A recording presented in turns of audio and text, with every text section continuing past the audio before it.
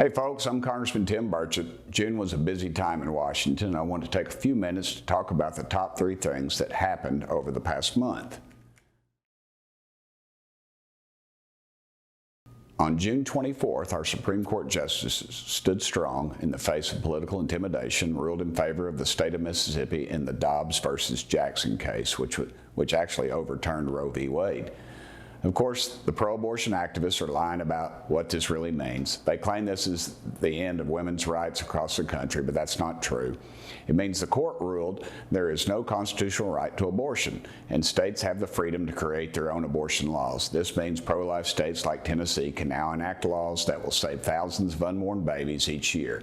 Our trigger law, the Human Life Protection Act, will go into effect to make it a Class C felony to provide abortion services, but it will not punish the woman who seeks an abortion. This is a great day in the fight to protect life. I'm proud of Tennessee for springing into action to protect our sweet little unborn babies, and I'll keep fighting to protect life in Congress. The second item I want to discuss is the series of gun control bills that have come through the House over the past month. What happened to the children and teachers at the Robb Elementary School in Uvalde was an unimaginable tragedy, and it was done by someone who is incredibly mentally disturbed. It's clear we need to do something to address gun violence in our country. Unfortunately, the gun control bills that Democrats brought to the House floor don't address societal roots of gun violence. Instead, they just increase regulation on law-abiding citizens and send cash rewards to blue states with strict gun control laws. I cannot in good conscience vote for these kind of bills when I don't believe they will keep guns out of the hands of violent individuals. I'm also a co-sponsor of 2 bills that I believe will help protect children in schools from violence. The first is the Safe Schools Act, which allows schools to will allow schools to use any remaining COVID-19 funds to improve their safety measures. The second bill is the School Watch and Tactics Act, which directs the United States Attorney General and the Secretary of Education to provide better guidance for school resource officers to protect our students.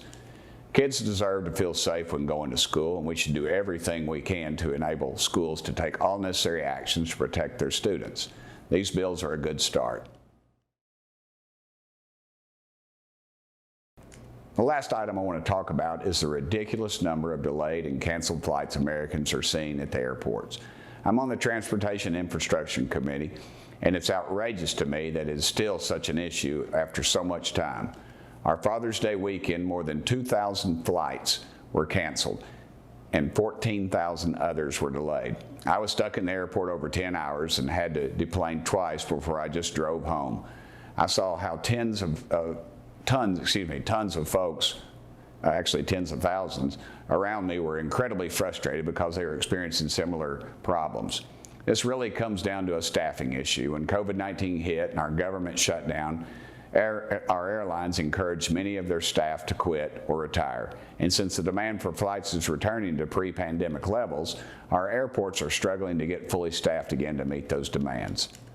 Our government needs to quit handing out incentives to prevent Americans from getting back to work.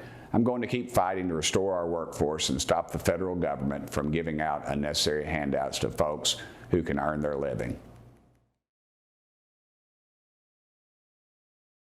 It's an honor to represent East Tennessee and Washington. If you have any thoughts on legislative items or would like to book a tour of the U.S. Capitol, please don't hesitate to call my office at 202-225-5435.